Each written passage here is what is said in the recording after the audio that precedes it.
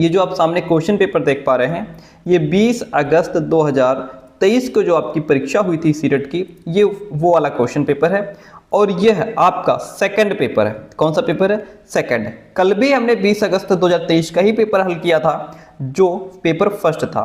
आज हम second paper का जो सीडीपी पोर्शन है उसको हल करेंगे और आपको पता है कि हम एक एक क्वेश्चन का एक एक जो ऑप्शन है उसको विधिवत तरीके से आपको समझाते हैं एंड जो कठिन शब्द हैं उनको भी हम एक्सप्लेन करते हैं ताकि जब आप क्वेश्चन की लैंग्वेज अच्छे से पकड़ पाएंगे, ये समझ पाएंगे कि क्वेश्चन क्या पूछ रहा है, तभी आप सही आंसर कर सकते हैं। ठीक है, तो आइए शुरू करते हैं और यदि आप चैनल पर नए हो तो सब्सक्राइब जरूर कीजिएगा। पहला क्वेश्चन आपके सामने देखिए, क्वेश्चन कहता है निम्नलिखित में से कौन सा प्रश्न बच्चों के समालोचनात्मक और रचनात्मक चिंतन को बढ़ावा देता है। अब देखिए प्रश्न क्या कह रहा है कि ये जो चार ऑप्शन हैं इनमें से ऐसा कौन सा प्रश्न होगा जो बच्चों के समालोचनात्मक और रचनात्मक चिंतन को बढ़ाने का काम करेगा। समझिए, समालोचनात्मक चिंतन क्या होता है, रचनात्मक चिंतन क्या होता है। जब आप ये दो शब्द का अर्थ समझते होंगे तभी बेहतर आंसर कर सकते हैं। समालोचनात्मक चिंतन का मतलब होता है जहां बालक गहराई से सोचे, किसी भी टॉपिक पर, किसी भी विषय पर तार्किक रूप से सोचे। कैसे सोचे? तार्किक रूप से सोचे और जिस बारे में सोच रहा है उसके गुण भी देखे, उसके दोष भी देखे, हर तरीके से उस पर सोच विचार करे। वो होती है हमारी क्रिटिकल थिंकिंग। गहराई से सोचे, तार्किक रूप से सोचे, उसके गुण दोष को जाने। ये बच्चा तार्किक रूप से सोच रहा है, समालोचनात्मक चिंतन होगा। और जहां बच्चे के अंदर नए विचार आते हैं, जहां बच्चे के अंदर नए विचार आते हैं, कुछ नया सोचता है, वो रचनात्मक चिंतन होता है, वो क्रिएटिव थिंकिंग होती है। ठीक है, अब यहां पर हम देखिए कौन सा प्रश्न है जो बच्चे के अंदर समालोचनात्मक और रचनात्मक चिंतन को बढ़ाएगा। पानी के बचाव के लिए सबसे अच्छा तरीका कौन सा हो सकता है और क्यों हो सकता है। बात तो ठीक लग रही है, क्योंकि यहाँ पे बच्चा जब हम पूछ रहे हैं कि सबसे अच्छा तरीका कौन सा हो सकता है तो यहाँ पे वो एक नहीं कई सारे तरीकों पर विचार करेगा। जब कई सारे तरीकों पर विचार करेगा फिर उसमें से हमें एक बेस्ट ढूंढ करके देगा कि सर ये तरीका अच्छा रहेगा हमारे लिए। फिर हम पूछेंगे ऐसा क्यों, फिर वो इस बारे में डीप में जाएगा, फिर गहराई से सोचेगा, फिर कुछ नए विचार लेकर के आएगा। तो ये उसके अंदर समालोचनात्मक और रचनात्मक चिंतन को बढ़ाने का काम करेगा। ओके, ऑप्शन फर्स्ट सही है। बाकी नेक्स्ट देखते हैं, आपके शहर में पानी कहां से आता है। ये तो रटा रटाया आंसर बच्चा दे देगा कि हमारे शहर में पानी वहां से आता है, उस टंकी से आता है, उस नल से आता है या वहां से आता है। सीधा सा आंसर दे देगा, कोई दिमाग लगाने की जरूरत नहीं है। अगर हम पूछेंगे कि आपके देश में कुल कितने राज्य और कितनी राजधानियां हैं, तो ये तो रोज का रटा रटाया प्रश्न है। ये बच्चे के अंदर किसी प्रकार की कोई क्रिएटिव या क्रिटिकल थिंकिंग डेवलप नहीं करता, गलत है। आपके देश का नाम और मानचित्र पर इसकी भौगोलिक स्थिति क्या है। तो बच्चा यहाँ पे मैप पर हमको देश दिखा देगा कि सर ये मैप है, यहाँ पे हमारा देश है और इस देश की हमारी ये सीमाएं हैं, सब मैप पर दिखा देगा। इसमें कुछ वो भी क्रिटिकल या क्रिएटिव नहीं करेगा। यहाँ पे बच्चा क्रिटिकल करेगा और क्रिएटिव भी करेगा। ठीक है भाई, यहाँ पे जो बच्चा आंसर करेगा वो अपने अनुभव के आधार पर भी करेगा। वो ये देखेगा क्योंकि जहां से वो बच्चा आ रहा है, अपने गांव, घर, गली, मोहल्ले में अगर वो ये चीज देख रहा है कि कैसे हमारे यहाँ पानी खराब हो रहा है, वो उस पर और ज्यादा ऑब्जर्वेशन करेगा, है ना, अवलोकन करेगा उस चीज का कि कैसे कैसे पानी खराब हो रहा है। उस बेस पे वो अपना विवेक लगाएगा, अपनी बुद्धि का प्रयोग करेगा, गहराई से सोचेगा कि हम कैसे पानी बचा सकते हैं, तब वो इसका आंसर करेगा। Option first is the right one in this question. अगला प्रश्न फिर से वही है, सेम समालोचनात्मक चिंतन पर प्रश्न पूछ रहा है। समालोचनात्मक चिंतन मैंने जस्ट आपको बताया कि जहां पर कोई भी विचार, जहां बच्चा तार्किक रूप से सोचे, है ना, और जो भी दावा किया गया है किसी पॉइंट को लेकर के उस पर तर्कपूर्ण ढंग से सोचे। क्वेश्चन कहता है कि समालोचनात्मक चिंतन में प्रमाण की क्या भूमिका होती है। अगर यानी कि प्रमाण की क्या भूमिका होती है, जो भी दावा किया गया है, जो भी प्रमाण दिया गया है, उसका क्या रोल होता है।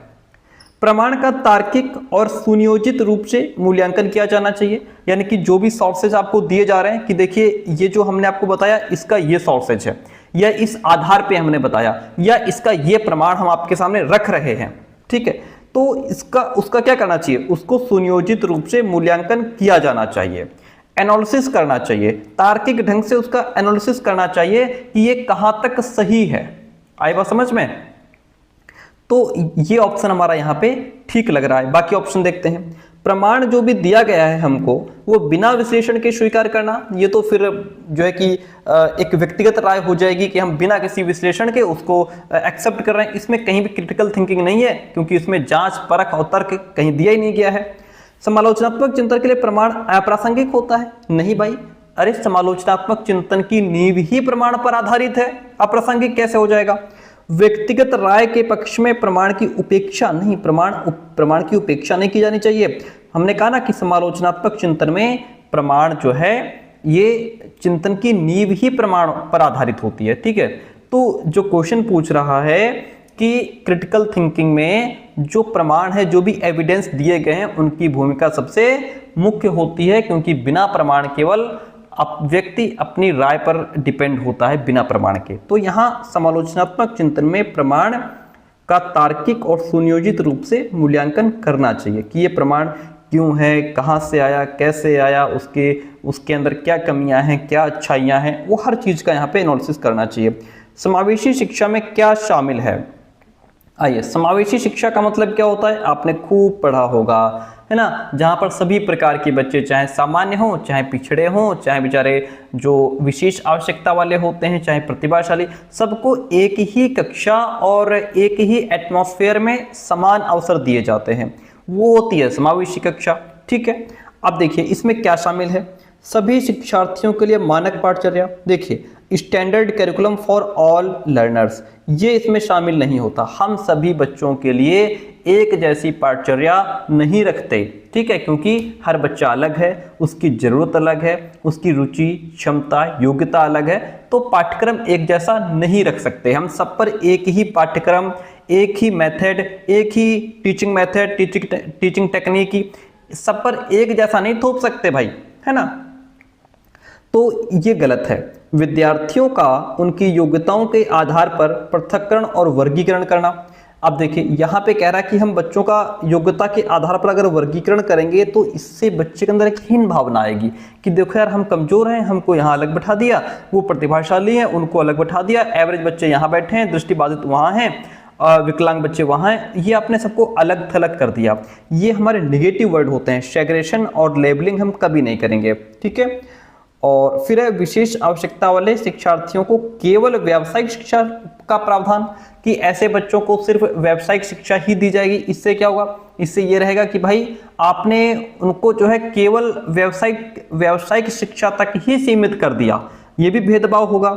व्यक्तिगत अंतरों की पहचान के परिणाम स्वरूप पाठचर्या में लचीलापन, ये बात बहुत सही है कि समावेशी शिक्षा ये कहती है कि पहले तो आप व्यक्तिगत अंतर को पहचानो, व्यक्तिगत अंतर को पहचानो, इंडिविजुअल डिफरेंसेस को पहचानो भाई, कि कौन बच्चा कैसे सीख सकता है, उसकी क्षमता कितनी है, उसकी योग्यता क्या है, किसमें इंटरेस्ट रखता है। इस तरीके से व्यक्तिगत अंतर को पहचानो और उसके हिसाब से फिर अपनी जो सिलेबस है उसमें फ्लेक्सिबिलिटी लाओ, उसमें लचीलापन लाओ, है ना। जो प्रतिभाशाली है उसके हिसाब से उसको चीज़ें दो, जो एवरेज है उसके हिसाब से उसको सिलेबस दो, और जो जैसा बच्चा है उसके हिसाब से उसको सिलेबस देना चाहिए। यानी कि हमारी जो भी टीचिंग प्रोसेस है उसमें फ्लेक्सिबिलिटी होनी चाहिए, ताकि हर बच्चे को उसकी क्षमता और आवश्यकता के हिसाब से सीखने का अवसर मिल सके। इसलिए option number 4 is the right one in this question. अगला प्रश्न कहता है, बड़ा प्यारा सा प्रश्न है, निम्नलिखित कथनों को पढ़िए और सही विकल्प का चयन कीजिए। अभी कथन ए कहता है, बच्चों में संज्ञानात्मक विकास, यानी कि बच्चों के अंदर जो कॉग्निटिव डेवलपमेंट होता है, इन पर भाषा के प्रभाव पर जीन पियाजे और वाइगोत्स्की के दृष्टिकोण में भिन्नता है। बिल्कुल, देखिए जो बच्चे का कॉग्निटिव डेवलपमेंट होता है, इसमें वाइगोत्स्की कहते हैं कि लैंग्वेज का बहुत बड़ा प्रभाव पड़ता है, भाषा का बहुत बड़ा प्रभाव पड़ता है। वाइगोत्स्की कहते हैं कि बच्चे में पहले भाषा आती है फिर विचार आता है, ये वाइगोत्स्की कहते हैं। पियाजे कहते हैं नहीं, पहले विचार आएगा फिर भाषा आएगी। दोनों का क्या है, अलग अलग पॉइंट ऑफ व्यू है। ओके, वाइगोत्स्की का दृष्टिकोण क्या है कि पहले भाषा आती है फिर विचार आता है, और पियाजे कहते हैं कि पहले विचार आएगा फिर भाषा आएगी। दोनों का अलग अलग पॉइंट ऑफ व्यू है, ठीक है, ये तो बात सही है। खोज अधिगम में, यानी कि इन डिस्कवरी लर्निंग, ओके, खोज अधिगम में शिक्षक अवसर प्रदान करता है और विद्यार्थी स्वयं जानकारी प्राप्त करने के लिए उन्मुख होता है। यानी कि खोज अधिगम की बात हो रही है जहां बच्चा खुद डिस्कवर करता है, चीज़ों को एक्सप्लोर करता है, प्रयोग करके सीखता है। इसमें टीचर बच्चे को क्या करता है, अपॉर्चुनिटीज प्रोवाइड कराता है। जैसे उसको लैब में गया बच्चा, साइंस की लैब में गया, तो वहाँ जो है जो केमिकल्स हैं उनको मिला के देख रहा है, किससे कौन सी गैस बन रही है, किससे क्या केमिकल बन रहा है ना, कौन कैसे रिएक्ट कर रहा है। वहाँ बच्चा खुद एक्सप्लोर कर रहा है और खुद सीख रहा है, टीचर उसको अपॉर्चुनिटी दे रहा है, वेरी गुड। और यहाँ बच्चा स्वयं जानकारी प्राप्त करने के लिए उन्मुख होता है। ठीक है, वेरी गुड। दोनों ही ऑप्शंस राइट हैं, लेकिन ये जो सेकंड ऑप्शन है ना आर, ये इसको एक्सप्लेन नहीं कर रहा है प्यारे दोस्तों। ये अलग बात कह रहा है, ये अलग पॉइंट है, दोनों अलग अलग पॉइंट हैं।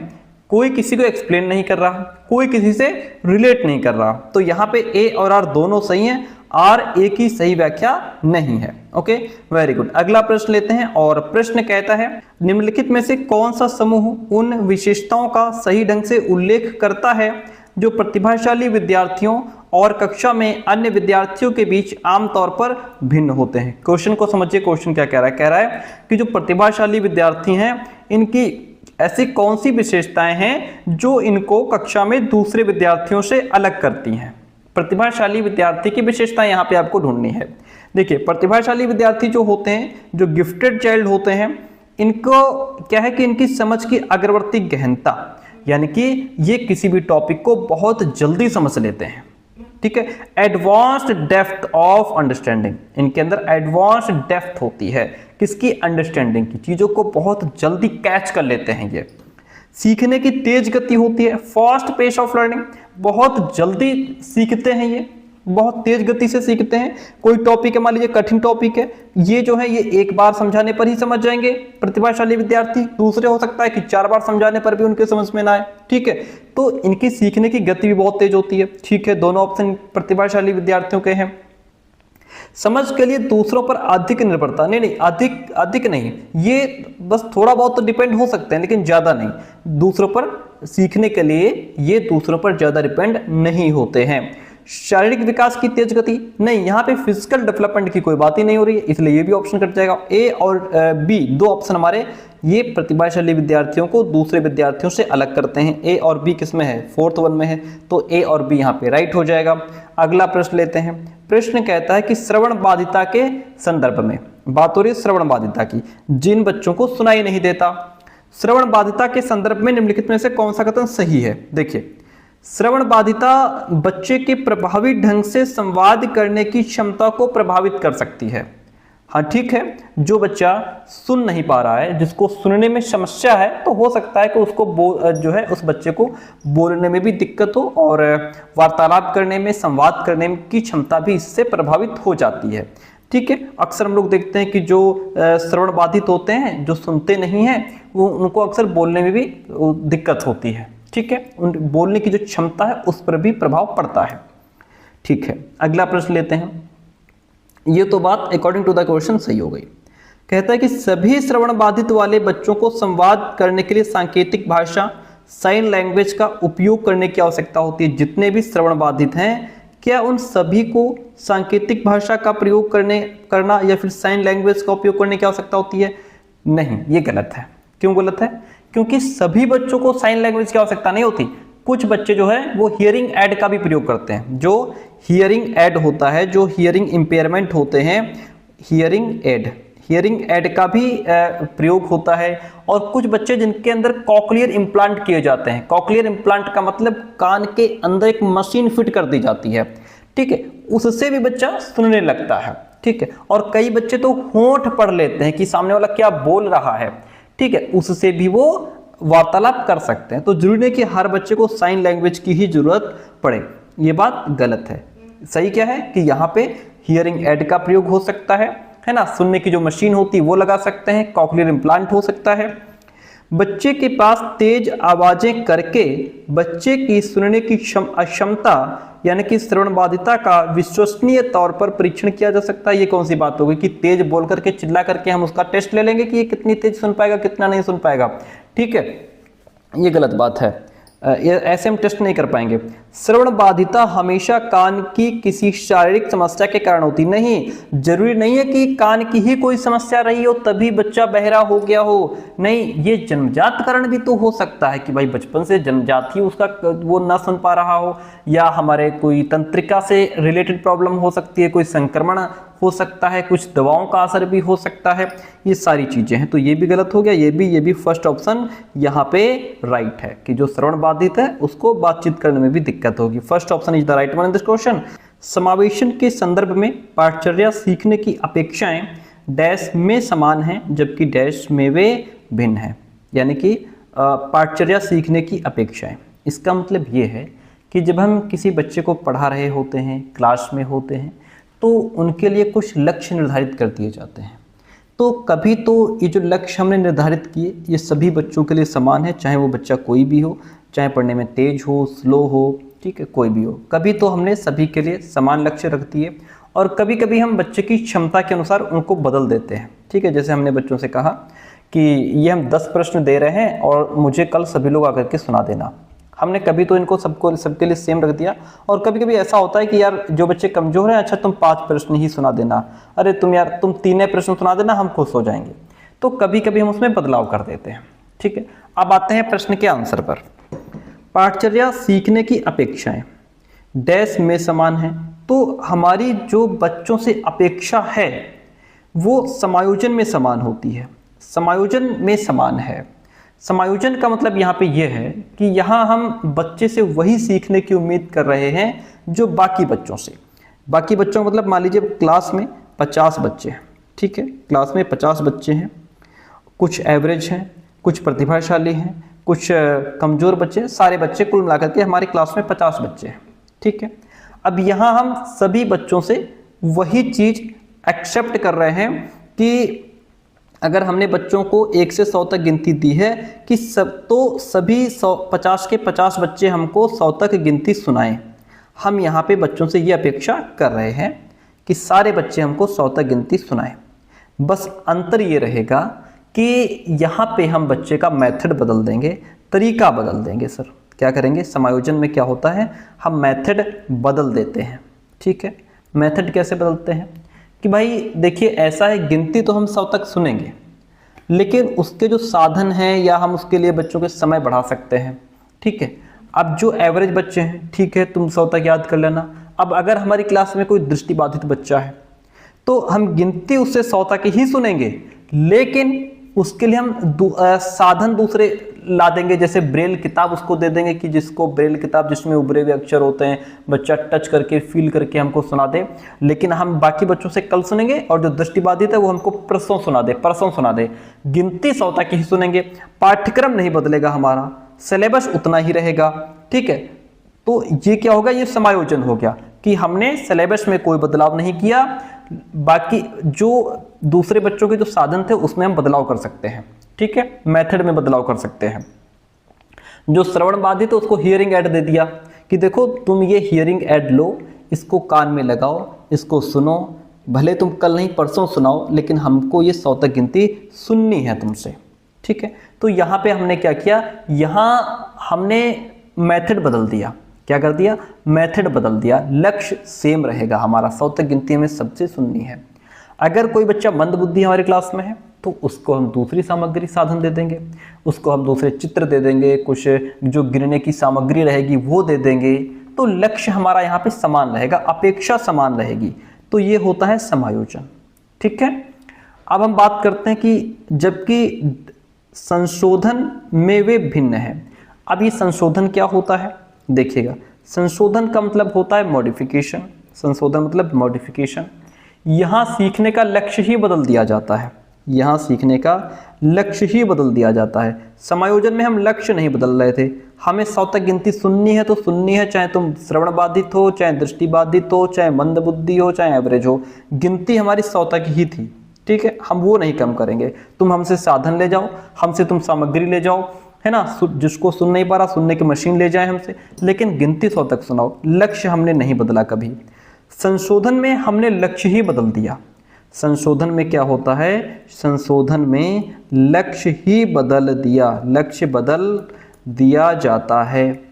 आई बात समझ में? क्योंकि बच्चा जो है वो सामान्य लक्ष्य तक नहीं पहुंच सकता, इसलिए उसके लिए लक्ष्य सरल या अलग बना दिए जाते हैं। भाई सभी बच्चों को गिनती 1 से 100 तक सीखनी है। अगर कोई बच्चा मंदबुद्धि है, कमजोर है, तो हमने उसको कह दिया ऐसा है तुम 50 तक याद कर लेना, और ऐसा है तुम्हें गिनती 70 तक याद करनी है, और तुम यार 20 तक सुना देना, हम खुश हो जाएंगे। तो यहाँ पे हमने बच्चे का जो लक्ष्य है वो अलग कर दिया। क्या कर दिया? लक्ष्य अलग कर दिया। ठीक है, आई बात समझ में? अब आप इसको समझ गए होंगे। समायोजन का मतलब ये है कि सबको एक जैसा लक्ष्य, बस पहुंचने का तरीका अलग है। यानी कि मंजिल एक ही है, लेकिन वहां तक पहुंचने के रास्ते बदल दिए जाते हैं। तुम इस रास्ते से जाओगे, देखिए वहां बिल्डिंग है, वहां पहुंचना है, तुम इस रास्ते से जाओगे, तुम इस रास्ते से, हमने उनके रास्ते बदल दिए। और यहाँ संशोधन में क्या होता है कि हम मंजिल ही बदल देते हैं, लक्ष्य ही अलग कर दिया जाता है। ठीक है, तो इसलिए ऑप्शन 4 राइट हो गया। प्रश्न बहुत बढ़िया था, इसलिए हमने इसको समझाने में इतना टाइम ले लिया। अगला प्रश्न लीजिए, 8 नंबर क्वेश्चन कहता है, संरचनावादी सिद्धांतकारों के अनुसार, संरचनावाद क्या कहता है कि बच्चा अपने ज्ञान का निर्माण करता स्वयं है, अपने अनुभवों के आधार पर सीखता है, उन्हीं की बात कर रहे हैं। संरचनावादी सिद्धांतकारों के अनुसार निम्नलिखित में से कौन सा कथन सही नहीं होगा? कौन सा कथन भाई गलत होगा? देखिएगा, पहला है ज्ञान व्यक्तिपरक है। ये तो बात यहाँ पे सही है, ज्ञान है व्यक्तिपरक है। भाई संरचनावाद के अनुसार ज्ञान हर व्यक्ति अपने अनुभव, अपने संदर्भ और अपना जो बैकग्राउंड है वहां से वो खुद ज्ञान का निर्माण करता है। ठीक है, अपने संदर्भ से। अच्छा, हमने यहाँ पे संदर्भ शब्द का प्रयोग किया। संदर्भ का मतलब होता है कॉन्टेक्स्ट, इंग्लिश में कहते हैं इसको कॉन्टेक्स्ट, यानी कि ये ऐसी स्थिति, ऐसा माहौल, ऐसी परिस्थिति जिसमें कोई बच्चा सीख रहा है। और संदर्भ में क्या होता है कि इसमें उसका सामाजिक वातावरण, उसका घर परिवार, स्कूल, उसके टीचर्स, उसके जो मित्र मंडली है, उनके साथ जो अनुभव उसने ग्रहण किए, उन अनुभवों के आधार पर सीखता है। कोई गांव का बच्चा है ना, तो वो गांव का बच्चा जो है उसको हम अगर खेती से जोड़ेंगे तो खेती के संदर्भ में चीज़ें आसानी से वो सीख सकता है। कोई शहर का बच्चा है तो हम उसको कोई बाजार, मॉल के संदर्भ में बढ़िया सिखा सकते हैं। तो ये होता है अलग अलग कॉन्टेक्स्ट में। हमने यहाँ पे कहा कि जैसे कोई बच्चा जिसका बैकग्राउंड अलग है, पृष्ठभूमि अलग है। बैकग्राउंड का मतलब ये होता है, मैं इसलिए समझा रहा हूँ ताकि आप इस प्रकार के प्रश्नों में कभी भटके नहीं, कंफ्यूज ना हो। बैकग्राउंड का मतलब ये होता है कि बच्चे की पहले से जो मौजूद जानकारी है, उसको जो पहले से अनुभव है, उसकी सभ्यता, उसकी संस्कृति, उसकी भाषा, उसका सोचने का तरीका, उसके आधार पर बच्चा यहाँ सीखता है। अगर बच्चे ने पहले से जानवरों के बारे में एक्सपीरियंस किया है, अनुभव किया है, तो नया ज्ञान उसी से जोड़कर वो जल्दी समझ जाएगा। ये होता है क्या कहते हैं उसको, बैकग्राउंड। तो ज्ञान व्यक्तिपरक है, हर बालक, हर व्यक्ति अपने अनुभव, अपने संदर्भ, अपने पृष्ठभूमि से गढ़ता है, इसको क्रिएट करता है, इसका निर्माण करता है। शिक्षार्थी अपने सामाजिक और सांस्कृतिक संदर्भ में ज्ञान की रचना करते हैं। सही है, संरचनावाद मानता है कि सीखना क्या है, एक सामाजिक प्रक्रिया है, एक सोशल प्रोसेस है। मतलब ये है कि बच्चा जो कुछ सीखता है वो अपने इन्वायरमेंट, अपनी सोसाइटी, अपने कल्चर से जोड़ करके सीखता है। बच्चा कोई खाली दिमाग लेकर के तो आता नहीं है क्लास में। संरचनावाद तो यही कहता है कि बच्चा कोई कोरी स्लेट नहीं है, बल्कि अपने अनुभव, अपनी भाषा, अपने रीति रिवाज, अपनी परंपराएं, अपना परिवेश उसके साथ आता है, उसी के बेस पे वो ज्ञान बनाता भी है। ठीक है, ये भी राइट है। हमें गलत ढूंढना है संरचनावाद के अनुसार। गलत क्या होगा भाई? कहता है कि प्रभावी अधिगम सुनिश्चित करने के लिए शिक्षार्थियों को बाहरी रूप से प्रेरित करने की आवश्यकता है। ये बात गलत है। हम बाहरी रूप से प्रेरित नहीं करेंगे। हम क्या कहेंगे? संरचनावाद कहता है, कंस्ट्रक्टिविस्ट कहता है, कंस्ट्रक्टिविस्ट थ्योरी कहती है कि बच्चा जो है कि सीखना हमारा अंतः प्रेरण पर आधारित होता है, इंट्रिंसिक मोटिवेशन होता है।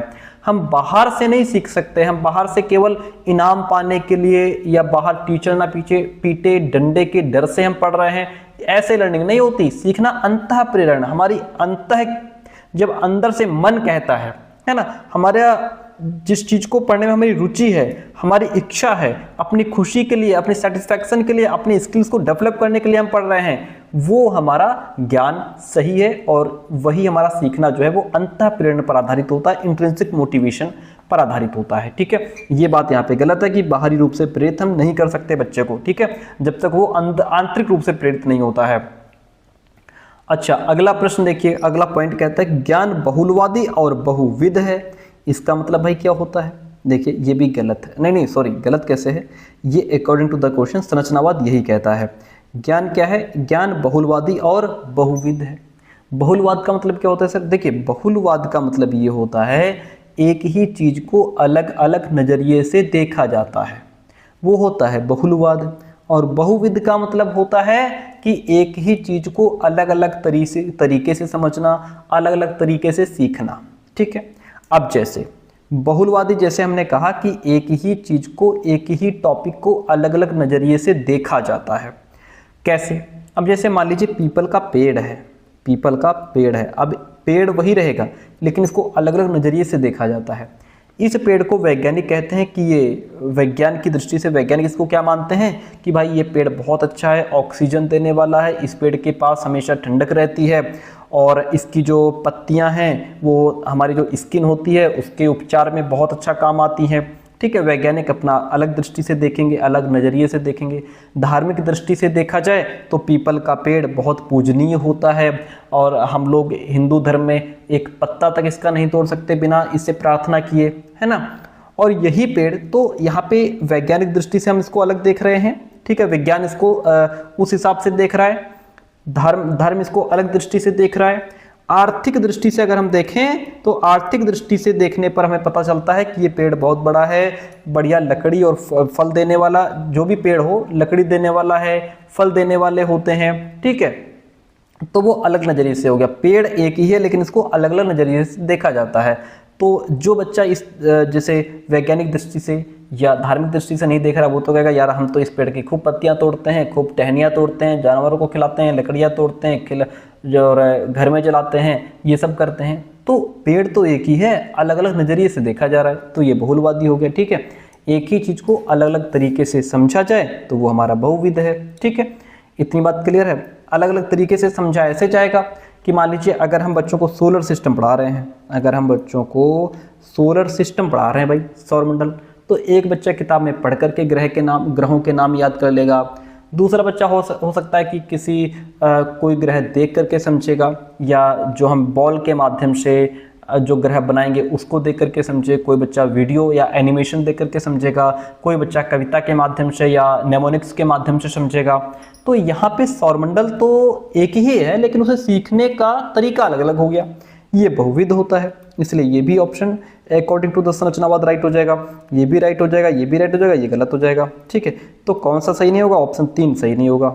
अगला आगे बढ़ते हैं, अगला प्रश्न लेते हैं। कहता है क्वेश्चन नंबर 9 कि निम्नलिखित में से कौन सा आंतरिक अभिप्रेरणा का उदाहरण है। आंतरिक अभिप्रेरणा वो होती है जहां हम अपने काम को अपने मन से करें, हमारी अंदर की इच्छा है, हमें काम को करने में सेटिस्फैक्शन मिले और हम अपनी स्किल्स को डेवलप करने के लिए पढ़ रहे हैं, तो हमारी आंतरिक अभिप्रेरणा है। शिक्षक को प्रभावित करने के लिए, अगर हम टीचर को प्रभावित करने के लिए प्रोजेक्ट बना रहे हैं तो ये हमारी बाहरी प्रेरणा है कि हम सिर्फ टीचर को प्रभावित करना चाह रहे हैं, हमारा अपना कोई मन नहीं है खास, बस टीचर इंप्रेस हो जाए, ये गलत है, ये बाहरी हो जाएगी।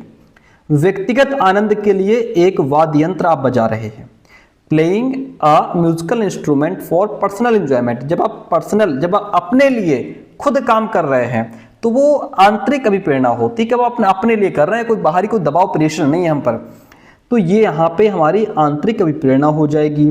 डांट से बचने के लिए पढ़ाई कर रहे हैं कि नहीं तो डंडे चलेंगे, ये बाहरी अभिप्रेरणा है।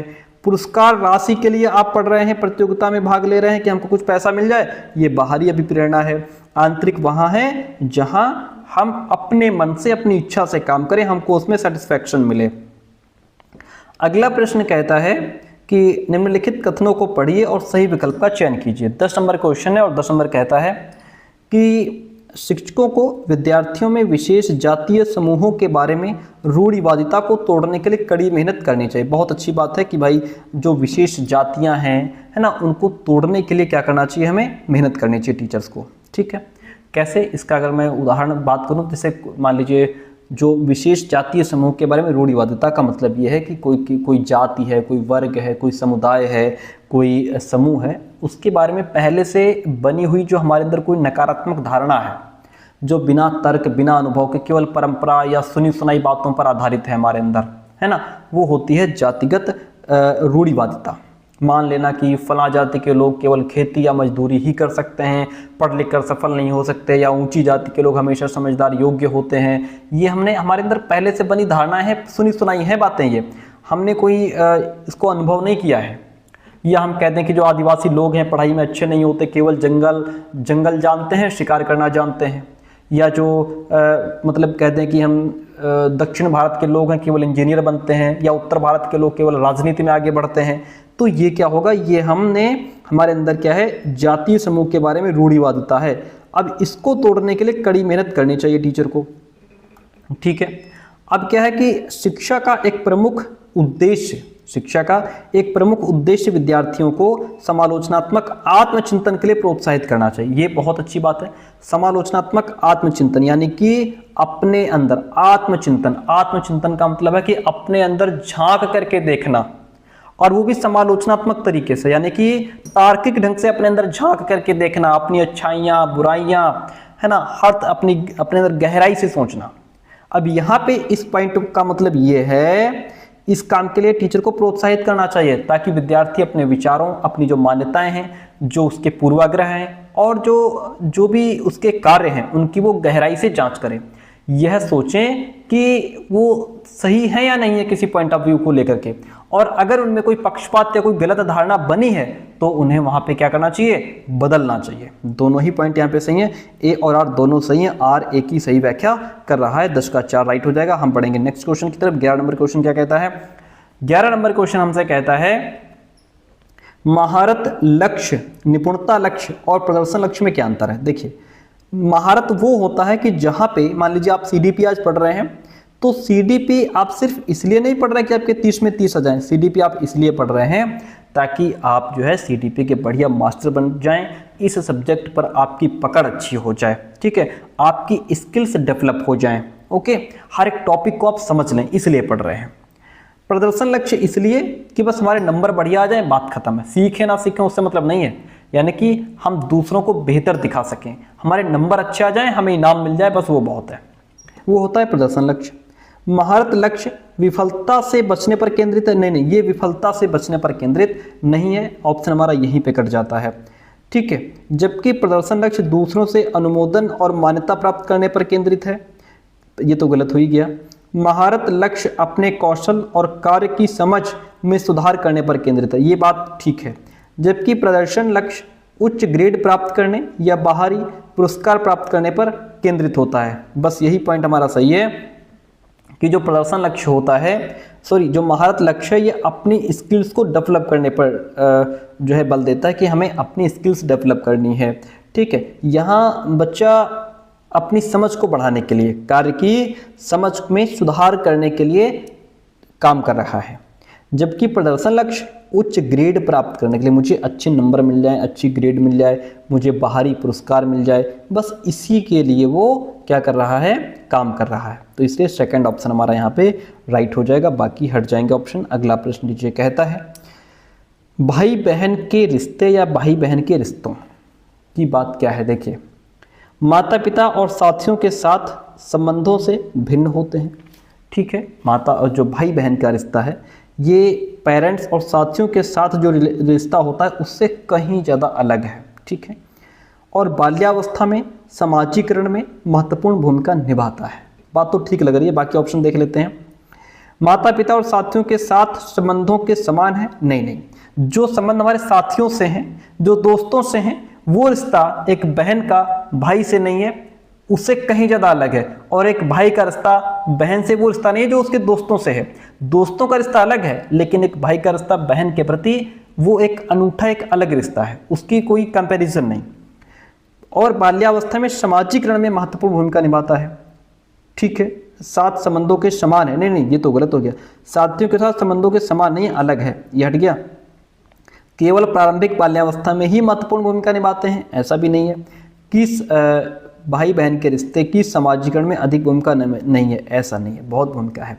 अब इसको समझिए, भाई कह रहा है कि माता पिता और साथियों के साथ संबंधों से ये भिन्न होते हैं। भाई बहन के रिश्ते की क्या ही बात की जाए, इस रिश्ते की बराबरी कोई रिश्ता नहीं कर सकता। ये एक अनूठा रिश्ता है, ये भावनात्मक रूप से बहुत मजबूत होता है। भाई बहन के रिश्ते में बहुत बहुत घनिष्ठता होती है, क्योंकि वो एक दूसरे के साथ बहुत लंबा समय बिताते हैं, है ना, जिससे कि वो एक दूसरे को बहुत ही अच्छी तरह से जानते हैं, समझते हैं। और दूसरी बात यह है कि और बाल्यावस्था में समाजीकरण में महत्वपूर्ण भूमिका भी यहाँ पे निभाते हैं। भाई दूसरों के साथ कैसे व्यवहार करना है, कैसे बोलना है, कैसे मिलजुल कर रहना है, या और एक दूसरे के प्रति सहयोग की भावना, ये सब यहीं से आता है। तो ऑप्शन यहाँ पे फर्स्ट हमारा राइट हो जाएगा। हम बढ़ेंगे नेक्स्ट क्वेश्चन की तरफ। अगला प्रश्न हमसे कहता है कि अभिकथन ए कहता है कि बच्चों के बीच विकासात्मक दरों में काफ़ी भिन्नताएं मौजूद हैं। बात तो ठीक है कि जो बच्चे का डेवलपमेंट होता है उसमें उसकी जो रेट ऑफ ग्रोथ होती है वो काफ़ी अलग अलग होती है ना। कोई बच्चा तेज सीखता है, कोई धीमा सीखता है भाई, है ना, क्योंकि हर बच्चा एक जैसा तो डेवलप होता नहीं है। कोई बच्चा जल्दी चलने लगता है, कोई देर से चलना सीखता है, कोई जल्दी बोलना सीख गया तो कोई थोड़ा समय ले रहा है ना। तो इसी तरह उसका जो mental, physical, social, emotional development है उसकी जो गति है वो भी हर बच्चे की अलग अलग होती है। ओके, अब आगे देखिए, तो यहाँ पे विकासात्मक दरों में भिन्नताएं होती हैं। फर्स्ट पॉइंट को समझ गए आप? ठीक है। विकासात्मक जो अंतर है ये आनुवंशिक और अनुभवात्मक विविधताओं की जटिल अंतःक्रिया का एक अनिवार्य परिणाम है। इसका मतलब क्या है? इसका मतलब ये है कि ये जो हमने अभी आपको बताया कि हमारी जो रेट ऑफ ग्रोथ में डिफरेंस होता है ये आनुवंशिक और अनुभवात्मक, आनुवंशिक और अनुभवात्मक का मतलब ये है कि जहाँ जो हमारी जेनेटिक्स हैं, हमारे माता पिता से मिले गुण हैं, उनका प्रभाव भी पड़ता है हमारे डेवलपमेंट पर। और हम जिस प्रकार के माहौल में रह रहे हैं, हमको जैसा न्यूट्रिशन मिल रहा है, जिस प्रकार के खेल हम खेल रहे हैं, खेलकूद हमारा कैसा है, हमारी एजुकेशन कैसी है, उस एटमॉस्फेयर का भी प्रभाव पड़ता है ना। यहाँ अनुभवात्मक की बात हो रही है, यानी बच्चे किन लोगों के साथ में रह करके सीख रहे हैं, कैसी उसकी स्थितियां हैं, तो ये उसके अनुभव का भी प्रभाव पड़ता है बच्चे के। और जो स्वास्थ्य भी बच्चों पर प्रभाव डालता है। भाई कुछ बच्चे ज़्यादा स्वस्थ होते हैं जिससे उनका विकास तेज होता है, जो बच्चा स्वस्थ नहीं है उसका विकास भी कहीं ना कहीं अवरुद्ध हो जाएगा। तो इन सब चीज़ों का प्रभाव पड़ता है। आनुवंशिक और अनुभवात्मक यानी कि उसको जेनेटिक्स जो गुण मिले हैं पेरेंट्स से, प्लस वो किस प्रकार के एटमॉस्फेयर में रह रहा है उसका भी प्रभाव पड़ता है। तो यहाँ पे ये जो ऑप्शन है ये इसको एक्सप्लेन कर रहा है। पहले ने कह दिया कि विकासात्मक दरों में भिन्नताएं होती हैं, ये बता रहा है कि भिन्नताएं कैसे होती हैं, इसीलिए इसको एक्सप्लेन कर रहा है। ए और आर दोनों सही हैं, आर ए की सही व्याख्या है। अगला प्रश्न लीजिए, 14 नंबर क्वेश्चन कहता है कि निम्नलिखित कथन में से विकास के किस सिद्धांत को दर्शाया गया है? विकास के किस सिद्धांत को यहाँ पे दर्शाया गया है? देखिएगा, जो बच्चे अपने शुरुआती वर्षों में भाषा सीखने के लिए अनुकूल वातावरण से वंचित रह जाते हैं, लैंग्वेज डेवलपमेंट के लिए जो वातावरण उनको चाहिए वो नहीं मिल पाता, उन्हें बाद के जीवन में भाषा चुनने में थोड़ी कठिनाई होती है। बात तो ठीक है। अब यहाँ पे देखिएगा, पहला ऑप्शन है कि भाषा का विकास पूरी तरह आनुवंशिकी पर निर्भर रहता है। नहीं, गलत। भाषा का विकास एटमॉस्फेयर पर डिपेंड करता है। ठीक है, कि वो किस प्रकार के एटमॉस्फेयर में रह रहा है, वहाँ लोग किस तरीके की भाषा बोल रहे हैं वो भी तो सीखेगा। भाषा और अनुभूति जटिल रूप से पारस्परिक संबंधित हैं।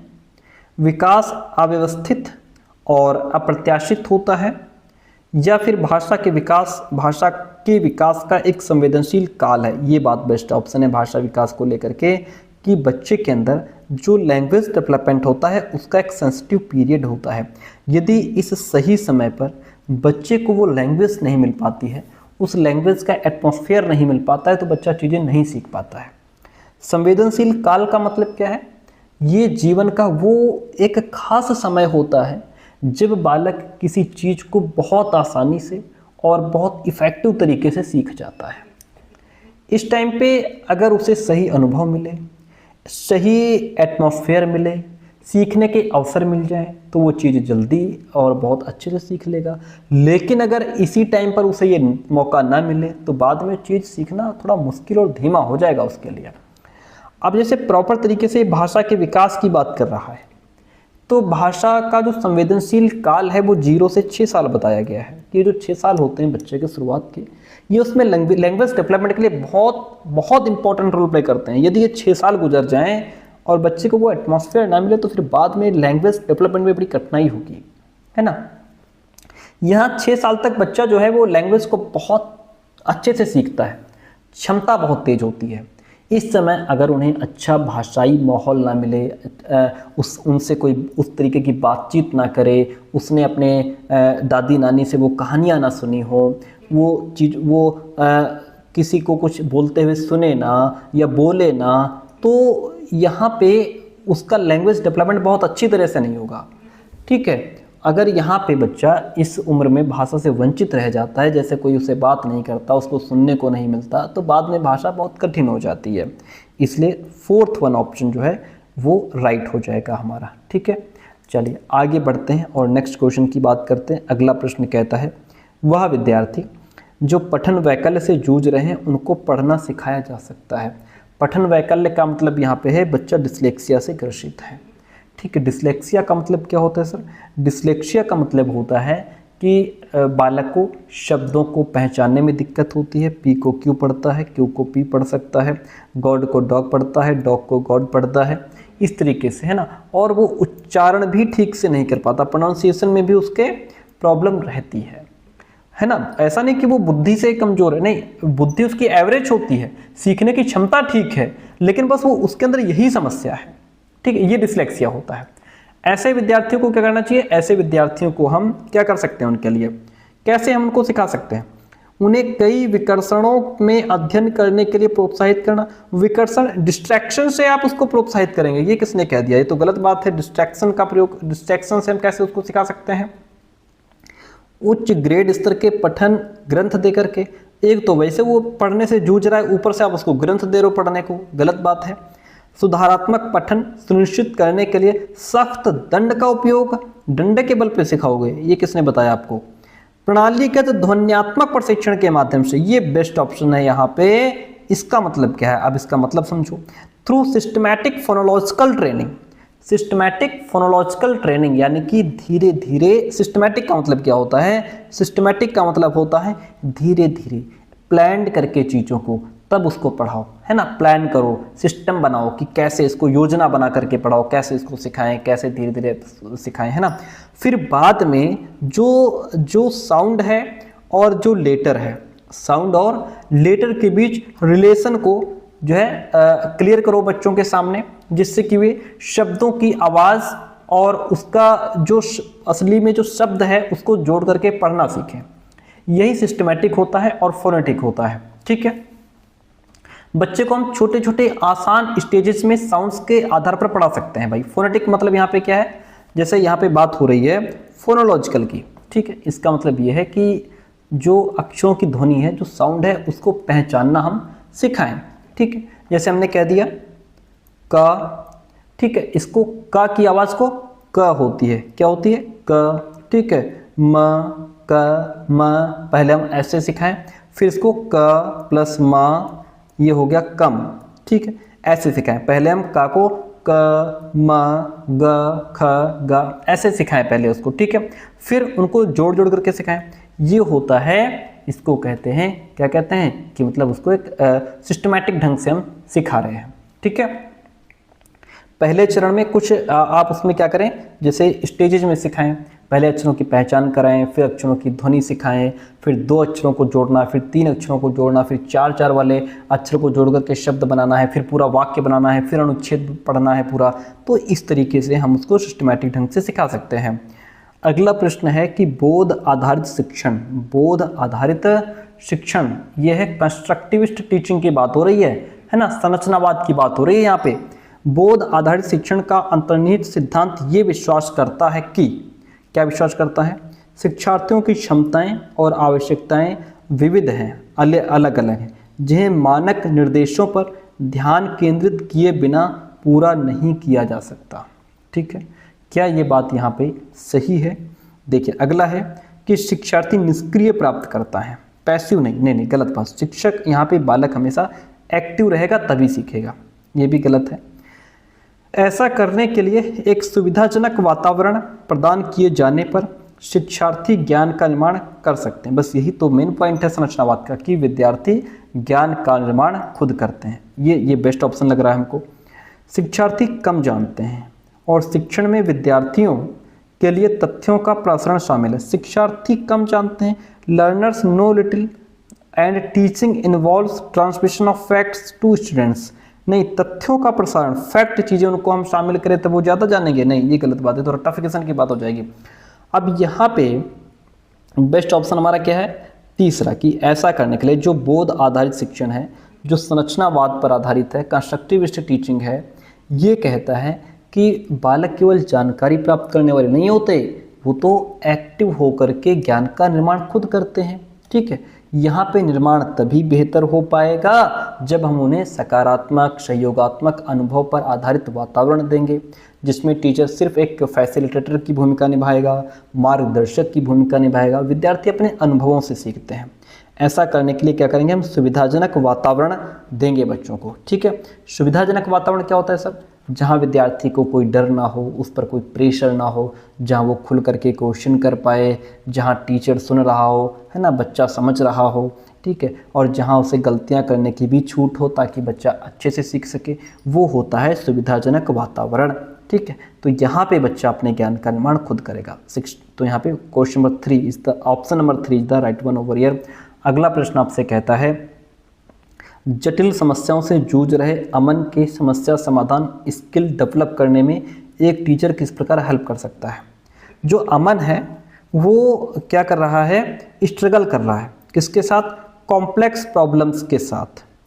अब उसके अंदर ये चीज़ हमें डेवलप करनी है, विकसित करनी है। प्रॉब्लम सॉल्विंग स्किल कैसे कर सकते हैं, उसे मंथन करने और विचार उत्पन्न करने के लिए प्रोत्साहित करना। बात तो बहुत अच्छी लिखी है। उसे कहकर कि वह समस्या को सुलझाना छोड़ दे, क्या इससे उसके अंदर प्रॉब्लम सॉल्विंग स्किल डेवलप हो जाएगी? कभी नहीं होगी। वो प्रॉब्लम से डरना शुरू कर देगा। उसे प्रयोग करने और जोखिम लेने में हतोत्साहित हम कभी नहीं प्रोत्साहित करेंगे बच्चे को। उत्तर प्रदान करके जब हम उत्तर दे देंगे तो बच्चा अपना दिमाग कब लगाएगा।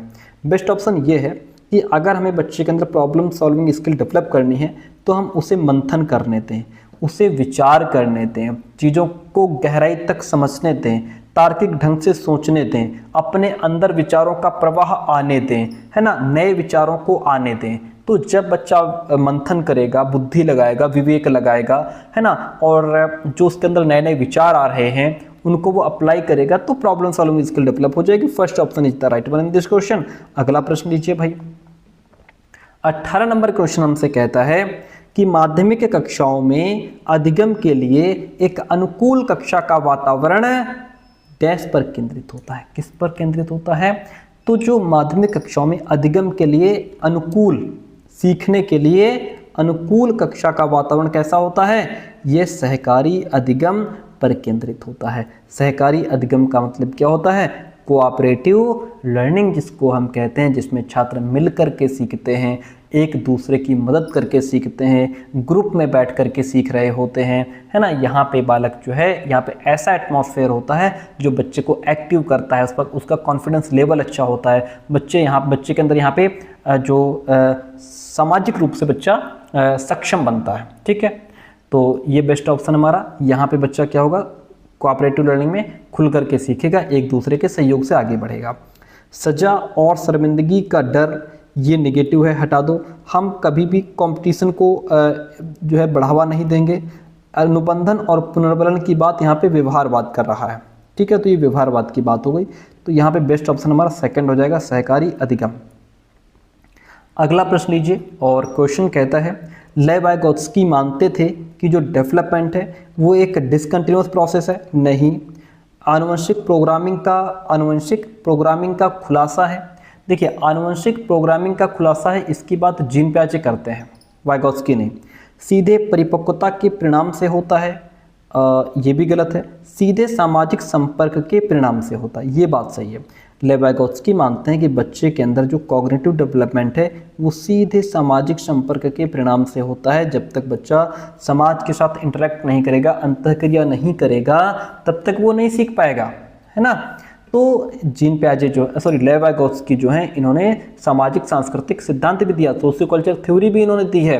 इनके अनुसार संज्ञानात्मक विकास पर सामाजिक कारक जैसे परिवार है ना, परिवार, समाज, विद्यालय, उसका फ्रेंड सर्कल, बच्चे का एटमॉस्फेयर और लैंग्वेज का प्रभाव पड़ता है, तब जाकर के बच्चे का कॉग्निटिव डेवलपमेंट अच्छा होता है ना। तो संस्कृति और भाषा जो है ये दोनों भी हमारे कॉग्निटिव डेवलपमेंट में बहुत इंपॉर्टेंट रोल प्ले करते हैं। इसलिए यहाँ पे क्या होगा, वाइगोत्स्की के अनुसार सामाजिक संपर्क ही वो मुख्य साधन है, समाज के साथ इंटरैक्शन ही वो मुख्य साधन है जिसके जरिए बच्चे का संज्ञानात्मक विकास होता है। इसलिए फर्स्ट ऑप्शन यहाँ पे हो जाएगा राइट। हम बढ़ेंगे आज के क्वेश्चन नंबर 20 की तरफ। कहता है पियाजे के अनुसार गुणात्मक रूप से 4 विभिन्न अवस्थाएं। ठीक है, आपको पता है पियाजे ने कितनी अवस्थाएं दी हैं। पियाजे ने कॉग्निटिव डेवलपमेंट की 4 अवस्थाएं बताई हैं। ठीक है, जिसमें उन्होंने क्या बताया है, पहली अवस्था 0 से 2 वर्ष जिसको उन्होंने कहा संवेदी पेशी अवस्था, सेंसरी मोटर स्टेज। दूसरी 2 से 7 वर्ष की प्री ऑपरेशनल स्टेज। तीसरी 7 से 11 वर्ष की कॉन्क्रीट ऑपरेशनल स्टेज। चौथी 11 से 15 या 11 से प्लस की अवस्था, उसको उन्होंने फॉर्मल ऑपरेशनल स्टेज बताया। तो 4 अवस्थाएं उन्होंने बताई हैं। ठीक है, अब 4 अवस्थाएं बताइए। ये क्या कहते हैं, ऑप्शन कहता है कि दुनिया की विभिन्न संस्कृतियों में व्यापक रूप से भिन्न होती हैं। दुनिया की विभिन्न संस्कृतियों में ये व्यापक रूप से भिन्न होती हैं। ये गलत है। इसलिए गलत है क्योंकि पियाजे का जोर संस्कृति नहीं है।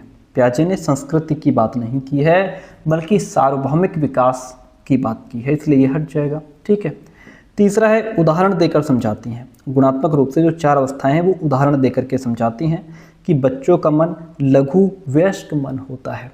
ये विचार जो है वो वाइगोत्स्की से जुड़ा है, पियाजे से नहीं। बच्चों के जेनेटिक कोड पर निर्भर होती हैं। देखिए, जेनेटिक कोड पर निर्भर मतलब पियाजे ने डेवलपमेंट को केवल आनुवंशिकी से नहीं जोड़ा, सिर्फ जेनेटिक से नहीं जोड़ा है, बल्कि बच्चे की क्रियाशीलता और अनुभव को भी उन्होंने महत्व दिया है।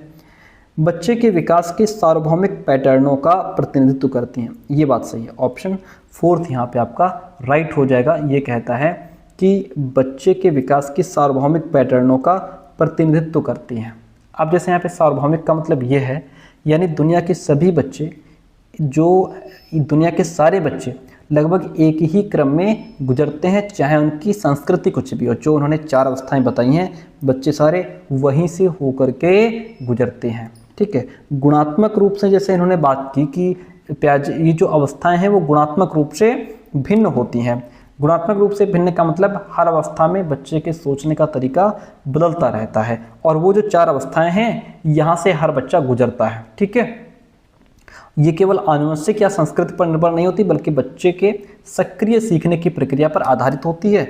इसलिए ऑप्शन 4 राइट हो जाएगा। सार्वभौमिक पैटर्नों का प्रतिनिधित्व करती हैं, यानी जो 4 स्टेज दी है इन्होंने, वहीं से होकर के सारे बच्चे गुजरते हैं। निम्नलिखित में से कौन सी पियाजे के संज्ञानात्मक विकास के सिद्धांत की सीमा है? सीमा का मतलब लिमिटेशन, यानी कि जो बात पियाजे ने अपने सिद्धांत में नहीं कही या जिसको नज़रअंदाज कर दिया है। ठीक है, कहता है कि वह संज्ञानात्मक विकास में भाषा की भूमिका पर अत्यधिक बल देता है। क्या कह रहा है कि पियाजे ने भाषा पर बहुत ज़्यादा जोर दिया, लेकिन ऐसा नहीं है। संज्ञानात्मक विकास में भाषा की भूमिका की बात कौन करेंगे? वाइगोत्स्की करेंगे, पियाजे नहीं करेंगे। वह संज्ञानात्मक विकास में व्यक्तिगत भिन्नताओं को ध्यान में नहीं रखता है। बात तो ये ठीक है, क्योंकि जो 4 चरण उन्होंने बताए हैं वहाँ से वो मानते हैं कि सारे बच्चे यहाँ से गुजरते हैं। व्यक्तिगत भिन्नताओं को उन्होंने कुछ खास इंपॉर्टेंस नहीं दिया है। वह संज्ञानात्मक विकास में जैविक कारकों की भूमिका को ध्यान में नहीं रखता है। जैविक कारकों को ध्यान में नहीं रखता है तो भाई पियाजे ने विकास को जो जैविक परिपक्वता है, जो बायोलॉजिकल मैच्योरिटी है, या जो पर्यावरण पर आधारित अनुभव हैं, उनके मिश्रण की बात की है। ठीक है, जैविक कारकों को उन्होंने अनदेखा नहीं किया। ये कह रहा है कि जैविक कारकों की भूमिका को ध्यान में नहीं रखता है, ऐसा नहीं है। जैविक कारकों उन्होंने अनदेखा नहीं किया है। ठीक है, वह संज्ञानात्मक विकास पर संस्कृति और सामाजिक कारकों के प्रभाव को ध्यान में नहीं रखता। ये बात बिल्कुल ठीक है, ये उनसे बिल्कुल रिलेट नहीं करती है कि जो संज्ञानात्मक विकास है इस पर संस्कृति और समाज कारकों के प्रभाव को ध्यान में इन्होंने बिल्कुल नहीं रखा है। इसकी बात कौन करेंगे? इसकी बात करेंगे वाइगोत्स्की। वो कहते हैं कि बच्चे के कॉग्निटिव डेवलपमेंट पर सभ्यता, संस्कृति, समाज का प्रभाव पड़ता है। इन्होंने इसको नज़रअंदाज कर दिया है। ऑप्शन 4 यहाँ पे राइट हो जाएगा। अगला प्रश्न लेंगे, 22 नंबर क्वेश्चन आपके सामने। क्वेश्चन क्या कहता है कि कहता है कि हर वर्ष लता जो है वो जो कि कक्षा 7 की शिक्षिका है, किस क्लास की शिक्षिका है, कक्षा 7 की टीचर है वो, ठीक है, उनके क्षेत्रों में कैरियर पर चर्चा करने के लिए एक महिला गणित प्रोफेसर और एक पुरुष नर्स को अपनी कक्षा में आमंत्रित करती है। यानी कि जो लता है वो हर वर्ष जो कि कक्षा 7 की शिक्षिका है वो हर वर्ष अपने क्षेत्र में कैरियर पर चर्चा करने के लिए एक महिला को बुलाती है जो कि गणित की प्रोफेसर है, और एक नर्स बुलाती है जो कि पुरुष है। पुरुष कौन है यहाँ पे? जो नर्स है वो पुरुष है, ठीक, अपनी कक्षा में बुलाती है। लैंगिक यानी कि जेंडर अंतर जन्मजात होते हैं और समाज के माध्यम से अधिग्रहित नहीं होता।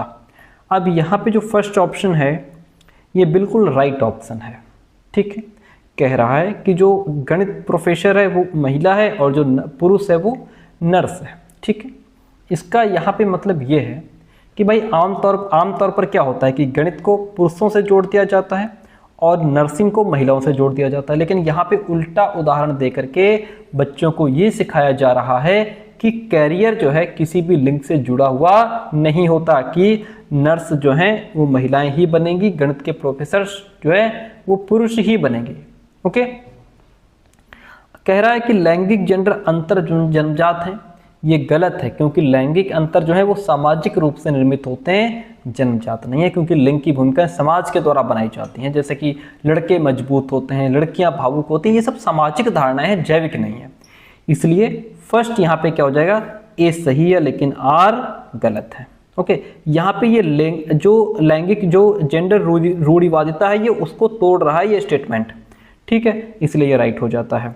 अगला प्रश्न लेते हैं। कहता है कि एक प्रगतिशील कक्षा में जो विद्यार्थी हैं वो क्या करते हैं। भाई प्रगतिशील शिक्षा में क्या है, बच्चे में जिज्ञासा और सोच को डेवलप की जाती है और यहाँ बच्चा खुद एक्टिव होकर के सीखता है। प्रगतिशील शिक्षा की बात हो रही है जहाँ बच्चा लर्निंग बाय डूइंग के माध्यम से सीखता है। यहाँ पे विद्यार्थी अधिक प्रश्न नहीं पूछते, गलत बात। यहाँ बच्चों को प्रश्न पूछने के लिए प्रोत्साहित किया जाता है। शिक्षक से प्रश्न पूछते हैं, जी हाँ बिल्कुल पूछते हैं। जो फर्स्ट ऑप्शन है यहाँ पे वो कट जाएगा, बी यहाँ राइट हो जाएगा। एक दूसरे से भी प्रश्न पूछते हैं और खुद से भी प्रश्न पूछते हैं। अधिक प्रश्न नहीं पूछते, ये बात यहाँ गलत है। हम बच्चों को यहाँ प्रश्न पूछने के लिए प्रोत्साहित करते हैं, ठीक है। तो इसमें क्या है हमारा बी सी डी राइट हो जाएगा। ऑप्शन क्या हो जाएगा, बी सी डी जो है वहाँ राइट हो जाएगा। इतनी बात होती है क्लियर।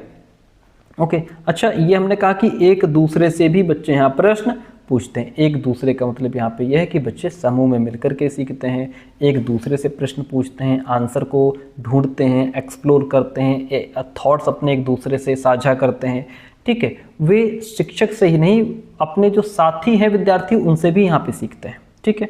अच्छा ये हमने कहा कि स्वयं से प्रश्न पूछते हैं। स्वयं से प्रश्न का मतलब यहाँ पे यह है कि बच्चे आत्मचिंतन करते हैं। बच्चे क्या करते हैं, बच्चे यहाँ पे आत्मचिंतन करते हैं, है ना। जब कोई विद्यार्थी या कोई बालक, कोई व्यक्ति ये सोचता है कि मैंने क्या सीखा, मैं कैसे सीखता हूँ, क्या मैंने ठीक से समझा, मुझसे कहाँ गलती हुई, अगली बार मैं कैसे इसको बेहतर कर सकता हूँ, ये आत्मचिंतन है। यहाँ बच्चा अपने आप से प्रश्न पूछता है, ठीक है। इसलिए option B C D right हो जाएगा। अगला प्रश्न लीजिए। 24 नंबर क्वेश्चन आपसे क्या कहता है।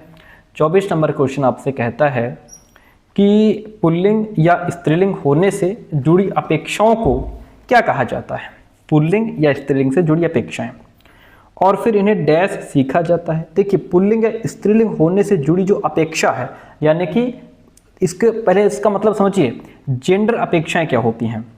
इन्होंने जुड़ी अपेक्षाएं, जेंडर अपेक्षा का मतलब यहाँ पे ये है कि लड़के से अपेक्षा अलग है, लड़की से अपेक्षा अलग है हमारी, ठीक है। जैसे मतलब लड़के से हमने अपेक्षा कर ली कि ये बड़ा होकर नौकरी करेगा, खूब पैसा कमाएगा, इसको इंजीनियर या डॉक्टर बनाएंगे। लड़की से हमने क्या अपेक्षा रखी कि इसको हाई स्कूल इंटर पढ़ा लेंगे, बाकी घर के काम में माँ का हाथ बटाएगी, फिर कोई अच्छा सा घर देकर शादी कर देंगे, बेटी तो पराया धन होती है। ये हमने उनसे अपेक्षा अलग अलग कर ली। लड़की से अपेक्षा की कि बस हाई स्कूल इंटर कराएंगे, घर पे बिठा लेंगे, माँ का हाथ बटाएगी, शादी कर देंगे। लड़के से क्या अपेक्षा रखी हमने, इसको बढ़िया पढ़ाएंगे, नौकरी करेगा, इंजीनियर बनेगा, डॉक्टर बनेगा, खूब पैसा कमाएगा, हमारा रुतबा होगा। अलग अलग अपेक्षाएं कर ली। तो ये जो अपेक्षाएं होती हैं, इन अपेक्षाओं को जेंडर भूमिकाएं कहते हैं, ठीक है। कि भाई यहाँ पे लड़के की अलग भूमिका हो गई, लड़की की अलग हो गई, ठीक है। बाल्यावस्था की सभी अवस्थाओं से लेकर वयस्कता में भी जब तक बच्चा सियाना हो जाता है, अडल्टहुड में आ जाता है, वहाँ तक वो ये सब चीज़ें सीखता रहता है। कैसे उसकी भूमिकाएं चेंज होती हैं। जब छोटा बच्चा होता है तो बच्ची जो लड़की होती है उसको खेलने के लिए गुड़िया दी जाती है, लड़के को कार या बंदूक दे दी जाती है। लड़का रोए तो कहा जाता है लड़के नहीं रोते, क्या लड़कियों की तरह रोते रहते हो, लड़कियां कोमल होती हैं। ये हमने वहाँ बचपन में बच्चे ने सीख लिया कि कैसे हमारा रोल अलग अलग है ना। जब बच्चे थोड़ा बड़े हुए स्कूल जाना शुरू किए तो वहाँ पे हमने कह दिया कि स्कूल में लड़कियों से कहा जाता है कि वो डांस करेंगी, सिंगिंग करेंगी, कुकिंग कंपटीशन होगा उसमें पार्टिसिपेट करेंगी। लड़कों को कहा जाता है कि तुम साइंस पढ़ो, स्पोर्ट्स, क्रिकेट खेलो, कबड्डी खेलो, और इनके लिए उनको प्रोत्साहित किया जाता है।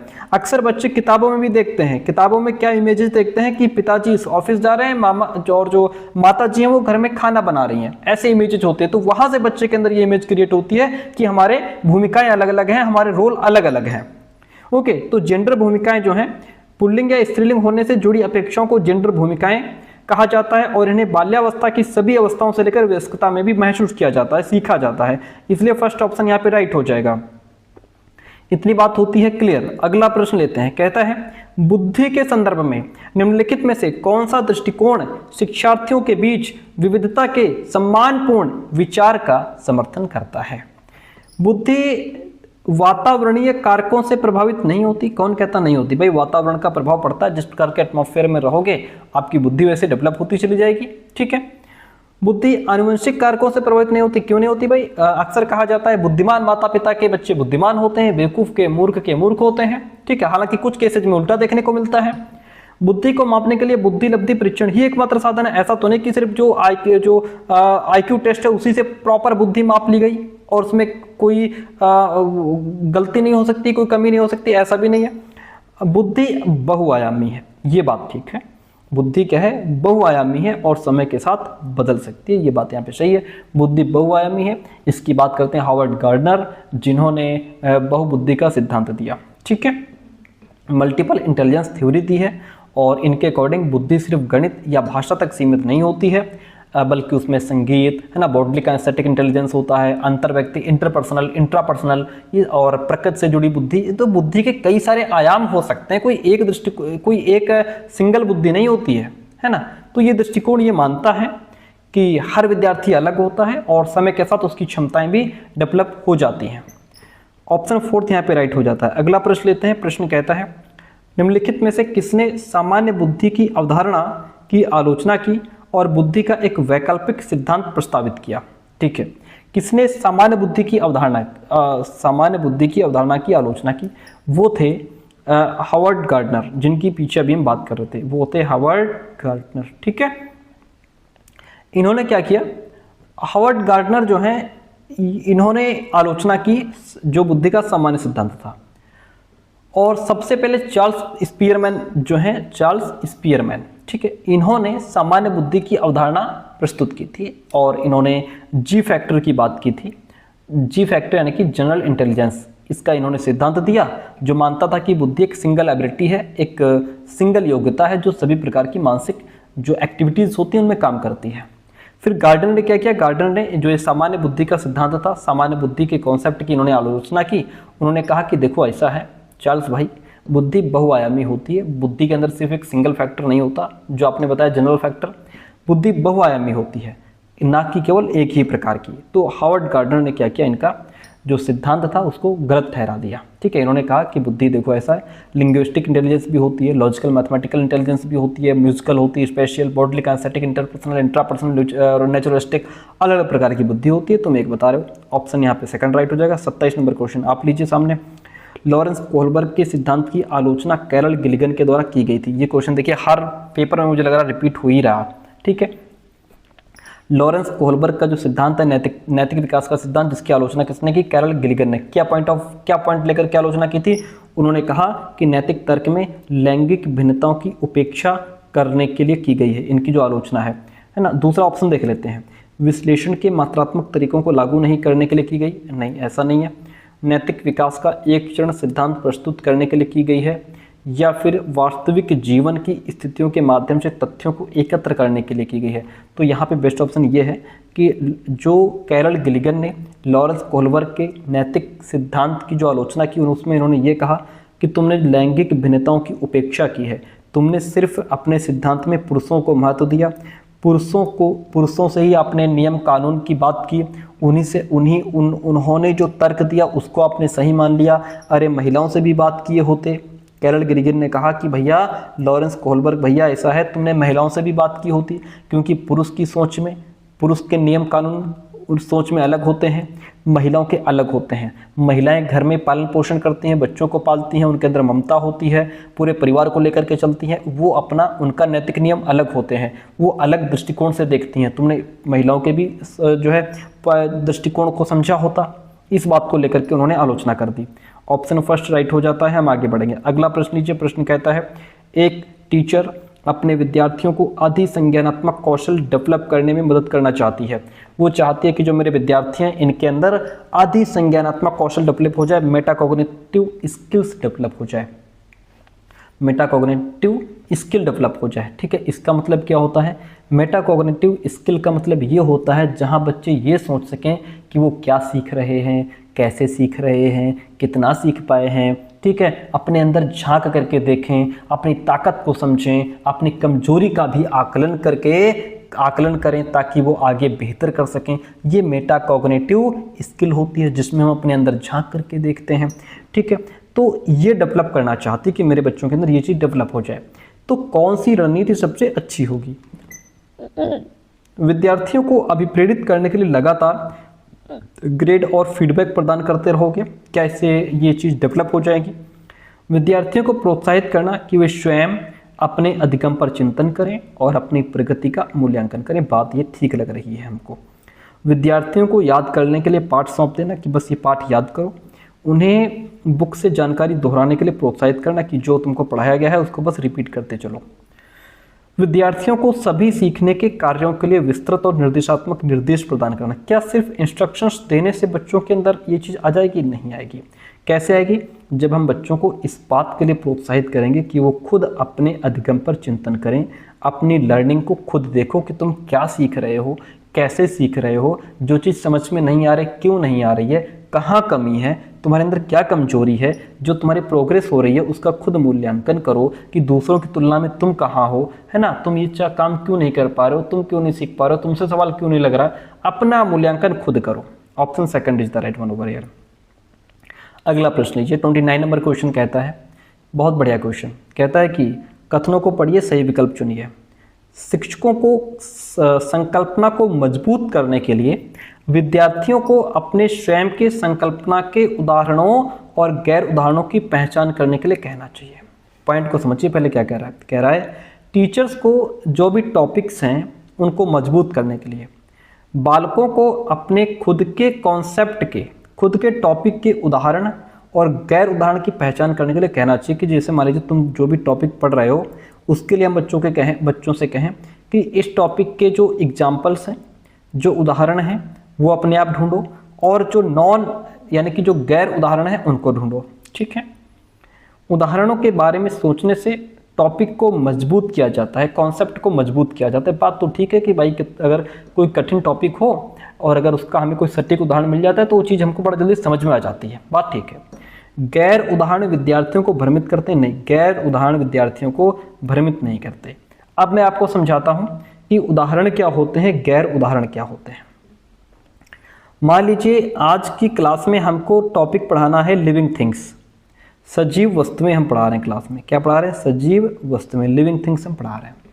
अब हम बच्चों को उदाहरण देंगे कि बच्चों देखा ऐसा है, मानव हो गया, ठीक है, पशु हो गए, पक्षी हो गए, पेड़ पौधे हो गए, ठीक है, और तालाब में तैरती मछली हो गई।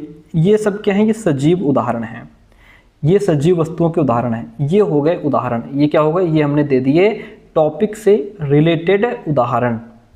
अब हम देंगे बच्चों को गैर उदाहरण। देखिए बच्चों, ये वस्तुएं हैं, सजीव वस्तुएं हैं, ये सांस लेती हैं, ठीक है। और अगर हम इसका नॉन एग्जाम्पल देंगे तो हम कहेंगे देखो, जो निर्जीव वस्तुएं होती हैं जैसे कि आपका टेबल हो गया, ठीक है, आपके पत्थर हो गए, ठीक है, पानी की बोतल रखी है आपके सामने, कुर्सी पर जिस पर बैठे हो, चलती हुई कार, ये हमने क्या किए? हम निर्जीव वस्तुओं के उदाहरण यहाँ पे दे रहे हैं ताकि बच्चा सजीव वस्तुओं को ठीक से समझ पाए, ठीक है, तो ये हो गया गैर उदाहरण। ये क्या हो गया? ये हो गया जो हमने टॉपिक से हटकर उदाहरण बताए, ये हो गया गैर उदाहरण। इससे क्या होगा? इससे गैर उदाहरण से होता यह है कि जो टॉपिक है वो बहुत अच्छे से मजबूत हो जाता है। ऐसा नहीं कि इससे बच्चा भ्रमित हो जाए, इससे बच्चा और समझ पाएगा कि हाँ यार, सजीव और निर्जीव में ये अंतर होता है। तो यहाँ पे हमारा ये तो गलत हो गया, क्योंकि गैर उदाहरण विद्यार्थियों को भ्रमित करते हैं, ऐसा नहीं है, ये तो गलत हो गया। ए सही है परंतु आर गलत है।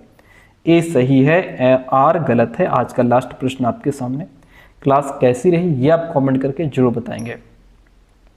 अधिगम के सामान्य सिद्धांत बताते हैं कि विद्यार्थी बेहतर रूप से सीखते हैं अगर शिक्षक पहले अवधारणा को उसके प्रतीकात्मक रूप में प्रस्तुत करें और फिर उसके भौतिक रूप पर आए। यानी कि जो भी कॉन्सेप्ट है पहले उसको प्रतीकात्मक यानी कि सिंबल्स के रूप में, चित्र के माध्यम से, मॉडल के माध्यम से, चार्ट पेपर के माध्यम से पहले उसको प्रस्तुत करें, या फिर पहले उस पर चर्चा करें जिसके बारे में विद्यार्थी को नहीं पता है, और फिर वहाँ पर आए जो विद्यार्थी पहले से जानते हैं। गलत है यार, पहले जो जानते हैं वहाँ से बच्चों को लेकर के चलो, जो नहीं जानते हैं फिर वहाँ तक पहुँचो, ये तो गलत है।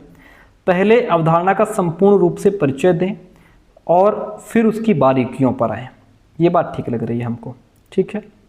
पहले तर्क और कारण के संदर्भ में अवधारणाओं पर चर्चा करें, उस पर पहले तर्क करें, कारण और परिणाम समझें, फिर विचारों को सत्यापित करें। ऐसा भी नहीं कि पहले आप तर्क और कारण पहले ही समझाने लग जाओगे, है ना। सबसे पहले क्या होता है, अधिगम के सामान्य सिद्धांत ये कहते हैं कि पहले अवधारणा का संपूर्ण रूप से परिचय दीजिए, फिर आप उसकी बारीकियों पर आइए। अब आपको याद है कोहलर का जो आपने अंतर्दृष्टि का सिद्धांत पढ़ा था, वो सिद्धांत किस पर आधारित है? वो सिद्धांत है गेस्टाल्टवाद पर। किस पर आधारित है? गेस्टाल्टवाद पर। हम उसकी बात क्यों कर रहे हैं? क्योंकि गेस्टाल्टवाद जो है वो यही तो कहता है कि हम किसी भी घटना, किसी भी अनुभव को टुकड़ों में नहीं समझ सकते, पहले उसे समग्र रूप में समझना चाहिए। वो कहते हैं कि पहले समग्र रूप में हम उसको समझें। किसी भी टॉपिक को सीखने के लिए विद्यार्थी को सबसे पहले उसका पूरा और समग्र परिचय ही देना चाहिए। इसके बाद उस अवधारणा की जो बारीकियां हैं, जो डिटेल्स हैं, उसके पहलू क्या हैं, उसके उपयोग क्या हैं, उसके लाभ क्या हैं, हानियां क्या हैं, उसके उदाहरण क्या हैं, फिर वो चीज़ समझी जाए। इससे वो टॉपिक को सही कॉन्टेक्स्ट में समझते हैं और नए ज्ञान को बेहतर तरीके से आत्मसात कर पाता है बच्चा। उदाहरण लीजिए इसका एक कि पहले संपूर्ण रूप में कैसे। मान लीजिए आप साइकिल है, ठीक है, आप साइकिल है, मान लीजिए साइकिल है, पहले आप इसको ये बताएंगे कि बेटा ये साइकिल है, इस पे हम चल करके थोड़ी बहुत दूरी तय कर सकते हैं, ठीक है। और पहले लोग इससे लंबी यात्रा तय किया करते थे। पहले आप ये बताएंगे कि देखो ये एक कोई वस्तु है, इसके ये पहिए हैं, ये कैरियर है, ये सीट है, ये चेन लगी है, ऐसे ब्रेक लगी है। पहले ये चीज़ समझाएंगे कि पहले इसके बारे में बताएंगे। पहले ये समझाने लग जाओगे, बच्चा बोर हो जाएगा, ऊब जाएगा। पहले साइकिल के बारे में समझाओ कि बेटा ये साइकिल है, ये क्या है, ये साइकिल है पूरी, ठीक है। और पहले इससे लोग लंबी दूरी तय किया करते थे, आजकल तो शौक में भी चलाते हैं, या जो है अपने शरीर को स्वस्थ रखने के लिए चलाते हैं, या गरीब लोगों के पास आज भी है, ठीक है। अमीर रखते हैं तो अपना जैसे वो एक्सरसाइज करने के लिए रखते हैं। कुल मिलाकर हम थोड़ा साइकिल के बारे में बताएंगे, फिर हम इसकी बारीकियों पर पहुंचेंगे। देखो ये साइकिल है और इसका ये हैंडल है पकड़ने के लिए, ये सीट है, ये इसका कैरियर है जिस पे हम कुछ सामान रख सकते हैं, ये पहिए हैं, ऐसे इसमें तीली लगी हैं, यहाँ पे ऐसे ब्रेक लगी होती, फिर हम इसकी बारीकियों पर जाएंगे, ठीक है। किसी गेस्टाल्टवाद कहता है कि अगर हम किसी कार को देख रहे हैं तो पहले उस कार को हम समग्र रूप में देखेंगे कि ये कार है। हम ये नहीं देखेंगे कि ये देखो इसके पहिए हैं, ये मिरर लगा है, ये ऐसे शीशे हैं, वैसे ये सब क्वालिटी की बात नहीं, पहले हम उसको होल रूप में देखेंगे, ये कार है, फिर उसको हम डीप में जानेंगे।